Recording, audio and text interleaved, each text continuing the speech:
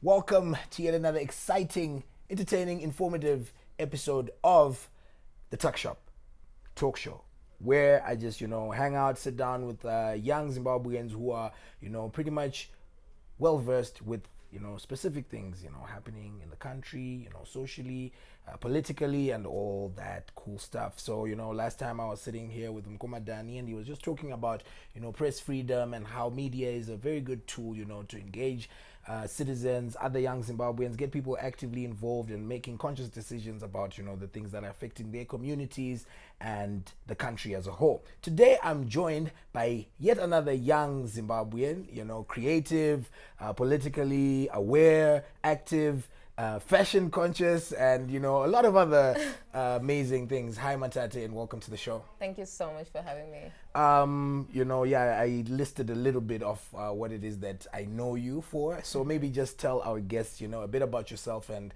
what it is that you do.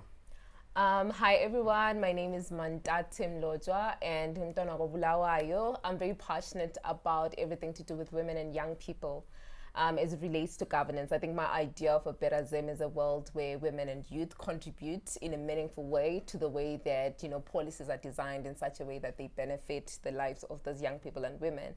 And I also love fashion. I think for me, storytelling is my strength. So a lot of the gifts I have, whether it's blogging, poetry, or whatever it is that I do, it's an expression. Fashion does that for me as well. It's just an opportunity to use, clothing, look good, but you're telling stories. So that's kind of my energy. Okay. So let's just get straight to it. There's a project that you're working with called Arts for Change. Mm-hmm. Just tell me a bit about that project and how you are involved with it.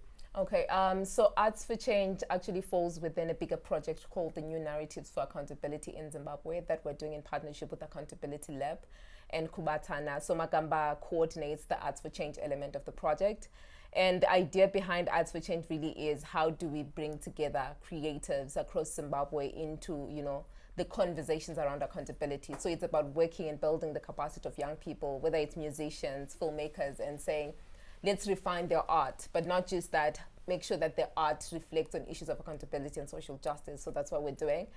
We've got 2 projects under the program. One of them is called Voice to Rap. You might have seen it around. It's a music competition that we run every year, and we bring together 10 young artists that come together for a year-long program where they're trained, mentored, and then at the end they work together and produce an album, which again reflects on issues. We have a film fellowship that runs the same way. At the end of the program, young people produce films that reflect on the issues in their community. So yeah, that's what we're doing with Arts for Change. Okay. And maybe the most important question I'd like to find out right now, when you say Arts for Change, what sort of change are we talking about? Are we talking about, regime change? Are we just maybe explain that? Yeah, I think it's the Zimbabwe that works. I think right now we can all agree that Zimbabwe doesn't benefit a majority of young Zimbabweans.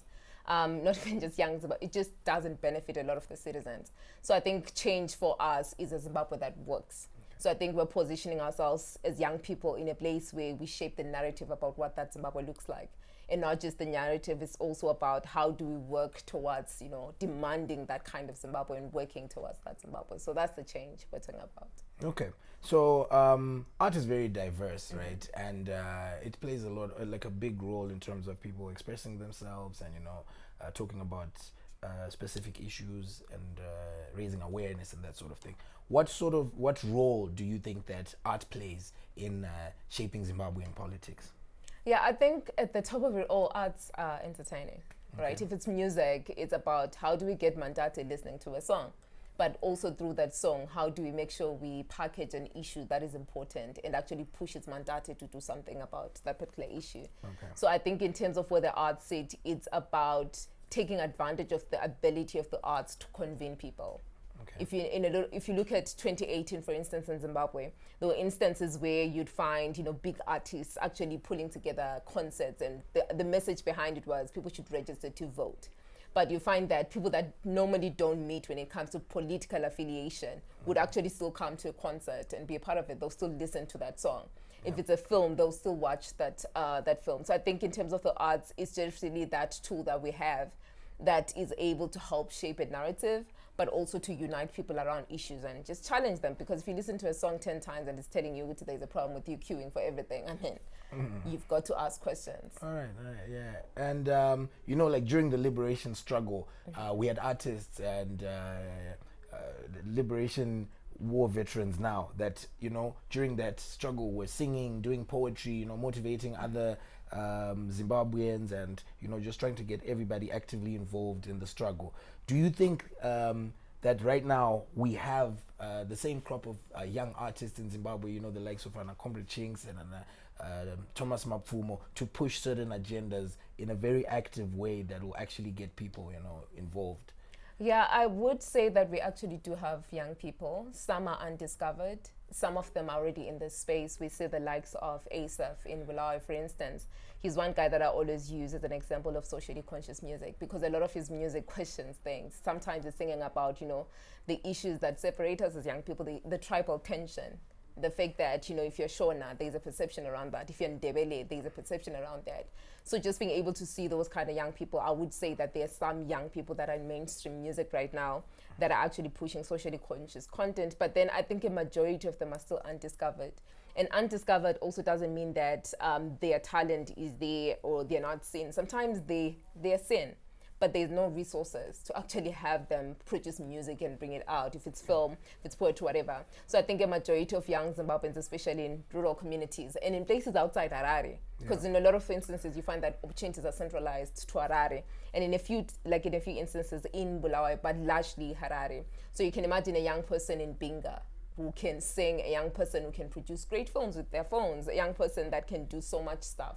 But because they're not exposed to opportunities that can help them put their work out there, it means that whatever message they have may not necessarily get out. So I think we have a good number of young people that have the talent, that have the passion for change, that would use their art to push change if they have the resources to do it. And that's why, in a lot of ways, Arts for Change comes in to bridge that gap. We may not be working with all of the young people, but I think it just speaks into the potential to create programs that support those young people that are not discovered so that they're part of mainstream messaging. Okay. And, we're living in a community where things like refuse collection, burst sewer pipes, no clean water, and that sort of thing is like the norm, right? Where's the voice of art in, demanding some of these, basic things to be done for our communities?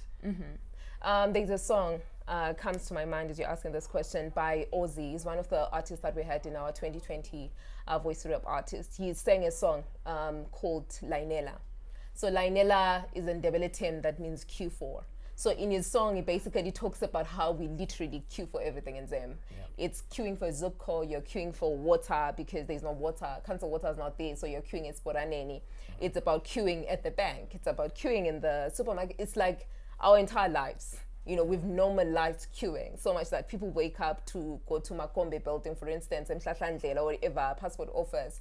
They go as early as 2 a.m. Some sleep there just to make sure they are, in front in the queue tomorrow. So when you start listening to these young people, they're just singing about shit that they're saying. I'm sorry for using that word, but that's what it is. Yeah. So you're seeing these young people basically bring out what they see every day. And they're telling you how that's a problem, because we can't live our entire lives queuing for everything. There are certain things that could be done that make certain things efficient, efficient enough for people not to have to queue. And there's a lot of corruption that even comes with that queuing, because people are paying to get in front of the line. Someone comes in the morning, they don't want to get a passport, but they are just queuing so that they sell their sport, something like that. So you discover that I think the arts then come in to spotlight the wrong in society. So when they start singing about these things, sometimes it's things that we don't see as wrong. We've normalized them. So when you start listening to the song, you're like, no, but there's a problem here. And even water issues, sometimes councillors don't listen to people. I wanted to say that they don't listen to us, but generally that's the thing. A lot of the leaders kind of, they think we're renting. Every time you go on Twitter and say, Awula man's engine, everyone's like, yeah, but water problems are an issue, right? So you discover that with the arts, when it's a song that's consistently out there, and I think not just limiting the arts to music. You give an example of satire, for instance. There was a time when that corruption video was done, and part of the satire in it was just Emerson Mnangagwa reflected in that video, and it was actually played for him. And he was laughing. When I was watching that, I was like, okay, he's laughing there, but the truth is, it's out here.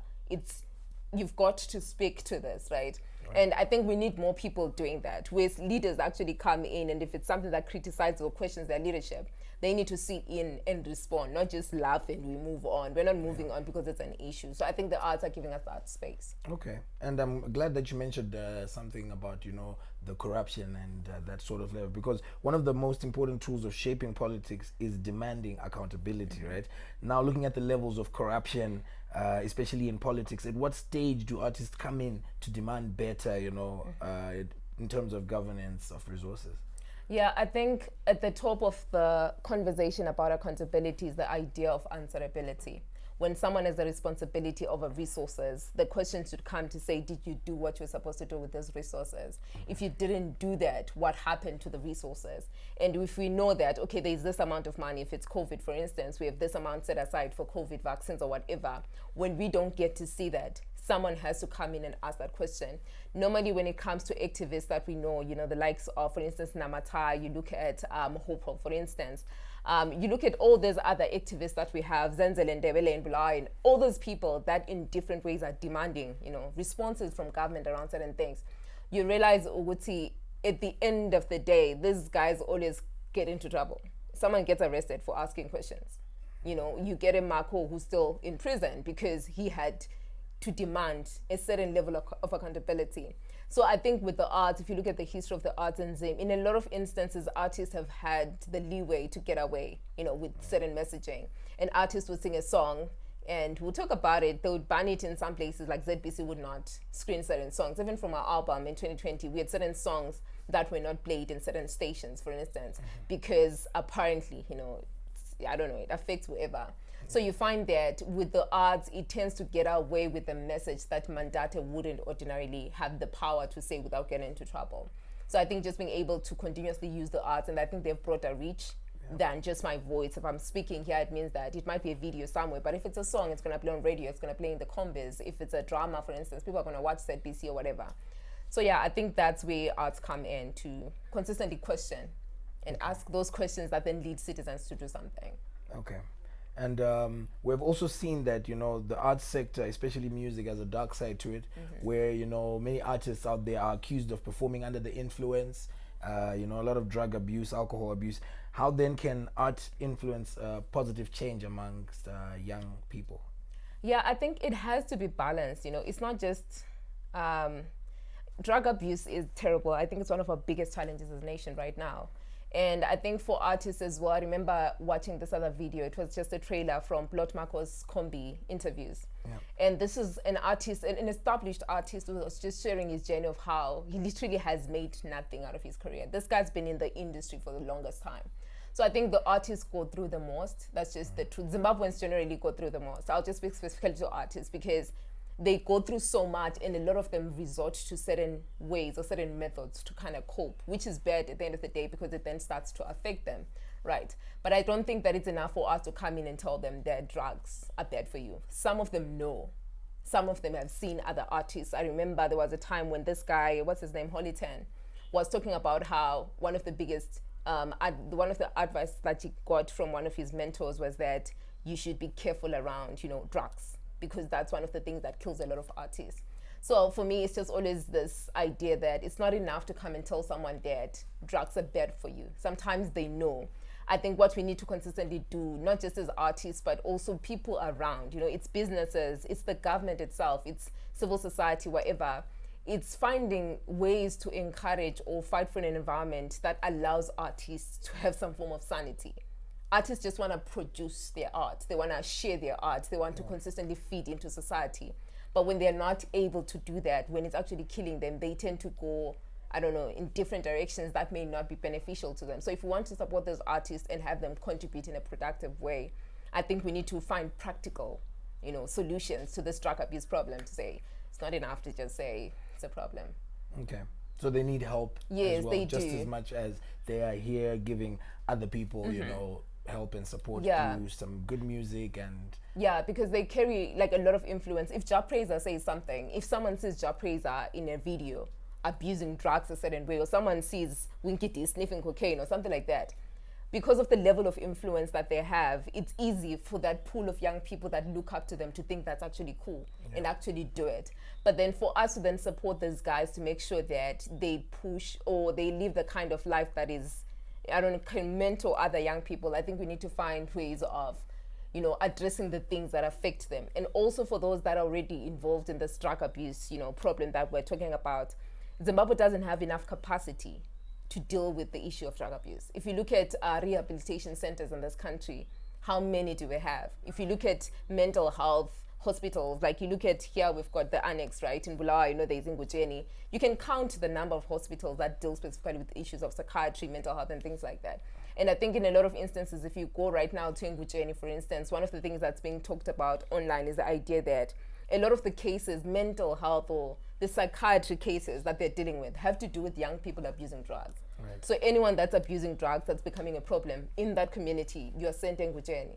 So you discover that Maufika Ngale, you're given drugs to deal with the problem of drug abuse. You get it? Okay. So it almost in a way feeds into that cycle of drug abuse. And the fact that there is I don't think there is enough psychological help to these young people to actually understand that their problem is psychological. And also to find ways of supporting them in a sustainable way so that they don't come back for more medication, you know, when they're trying to deal with the idea of an obsession of medication. Okay. Yeah. And this is like just, you know, talking about this and touching on it right now, it feels like it's already another whole pandemic on its own, and it's something that needs, you know, special attention. It's wild. And I think one of the things that I'm always saying, I was doing psychology at the University of Zimbabwe, just finished. One of the things I'm always talking about at school, because they know I like politics a lot, is the idea that we need to bring psychology into the politics of our country. If you look at the history of politics in Zimbabwe, for instance, there's a lot of violence that has happened over years. It's not even just August 1 or January 2019 or July last year or whatever. It goes back to independence, post-independence, Kukraundi, and all those phases where there's been a lot of violence. And young people today are, you know, children of people that went through a lot after independence. Some of them are young people that have been victims of politically motivated violence, young women that have been raped because of this politics, right? So you discover that in all of this, there is no psychological help. You know, we're talking about, you know, getting young people to vote. We're talking about getting young people to, you know, be a part of budget processes. We're talking about young people, you know, I don't know, there's a lot of talk about political participation that ignores the mental aspect of that young person that needs to be an active citizen. So I think one of the things that we still need, I mean, I'm very new to the industry, the psychology space as well, but I think one of the things I really want to be a part of in the long term is being a part of the research that informs policy, being a part of the research that informs even the work of NGOs around how to empower activists psychologically. Because I can tell you that I might be in front of a camera right now talking like this, but I might be going home and having to process all of this in a way that is too much for me. There are people that are dealing with so much, but every day they're having to show up at work. They're having to stand up for other people. So I think we need to find ways of helping people because people need help. Okay, that's awesome. And between parliamentarians and artists, who better represents, you know, the voice of the people, the voice of the voiceless, and, you know, who is taking into consideration what the communities and the country as a whole needs?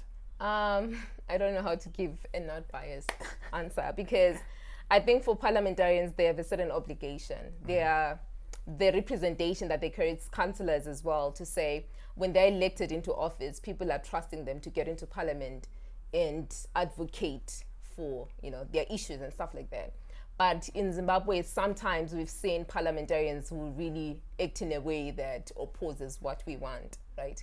So there are some members of parliament, there are some councillors that don't represent people well, but there are also some members of parliament that you actually see fighting. They're very passionate about issues, and those are the kind of leaders that we need. But also on the side of the arts as well, I don't think there's a way of comparing with our councillors, MPs. I think everyone has the opportunity to represent issues. So if I'm an artist, I'm a poet, I'm a creative writer, and whatever it is that I am, I have the opportunity to actually represent or amplify the issues of people in my community. When I do that, it means that my councillor is able to pick it up and bring it to council. It means that my parliamentarians are able to bring it up to parliament. So I think we should find ways of working together to represent issues. Okay. And as the plug that I am, this is the part where you can also give us some information about, you know, any other platforms that you might, you know, and that give opportunities for other young Zimbabweans to be engaged, you know, get access to information, and basically, you know, participate in some of these policy makings, you know, bills, whatever it is that can get them engaged in like their community issues and, you know, as a country. Yeah, I think obviously biased to my own projects. The first one I would say is people should just go online. We've got Voice to Rep, for instance, for those that are interested in music. We're going to be launching actually soon, and we're going to be recruiting our class 2021 to 2022 class of Voice to Rep artists. So go to @Voice to Rep ZW on Twitter and Instagram. On Facebook, it's Voice to Rep Zimbabwe, and also look for Film Fellowship. It's ALZ Film Fellows on Twitter and Instagram, as well as on Facebook. So if you check us out and you're interested in film and music, that's your spot. But I also think that there are also, you know, youth organizations that are doing different things, not just youth organizations. You look at SITE, for instance, in Bulawayo. They've got a program that they're running also that relates to music. Young people continuously providing music that speaks into social accountability issues.